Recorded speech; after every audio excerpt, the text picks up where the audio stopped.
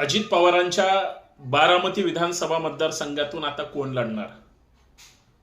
पार्थ पवार लढतील की त्यांच्याच पत्नी सुनेत्रा वहिनी लढतील? राज्याचा उपमुख्यमंत्री कोण होईल? दादांच्या पत्नी होतील की त्यांच्या पक्षातला कोणतरी ज्येष्ठ नेता? आणि सगळ्यात महत्वाचं, राष्ट्रवादी काँग्रेस दोनाची एक होईल. शरद पवार राष्ट्रीय अध्यक्ष होतील का अजित पवारांची तशीच पार्टी ठेवून सुनेत्रा ताईंना राष्ट्रीय अध्यक्ष करतील? काय आहे महाराष्ट्राच्या मनात?